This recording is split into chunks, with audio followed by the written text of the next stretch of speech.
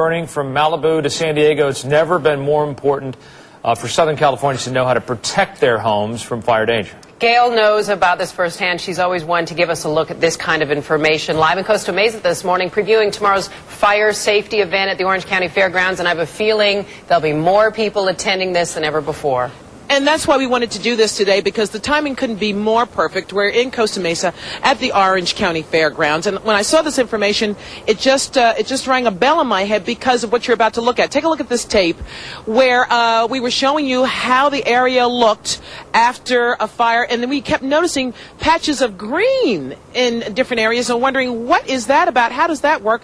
Well, we're learning from Nick Federoff, America's master natural gardener, that there are items known as fire-resistant plants. He's going to be here at the Orange County Fairgrounds tomorrow in Costa Mesa talking about this very issue. Good morning, Nick. How are you? Well, good morning. I'm very well, thank you. Yes, as we know, this fire is a very important thing going on, and we have to understand that the 31st Annual Home Remodeling and Decorating Show here in Costa Mesa at the Fairgrounds, we are going to be showcasing plants that are fire-resistant, just as Gail mentioned. Not fireproof, fire-resistant. Not fireproof, they're fire-resistant. Right, that means they're low in oils, and we're going to start off with ground covers. And if you come over here, you're going to see a menagerie of ground covers. And these are? This right here is a gazania.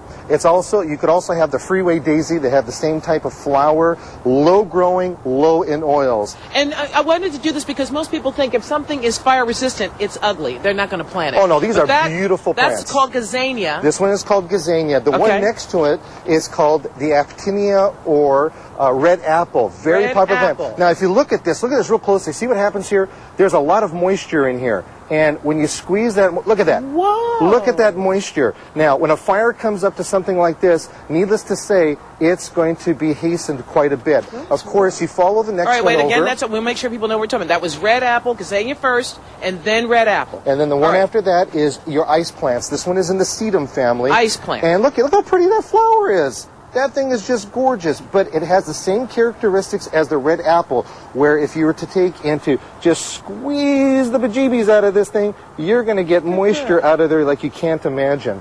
And then, you know the other thing is that maintenance is very important on something like this. Just because you have these plants doesn't mean you can't take care of them. Okay, hold on, wait, we got one more here. Ivy, because we're just about out of time. Good old-fashioned I would never think that ivy would be fire-resistant, but it is. Yeah, fire-resistant, and one of the reasons why is because they're so low-growing. This particular ivy right here is an English ivy.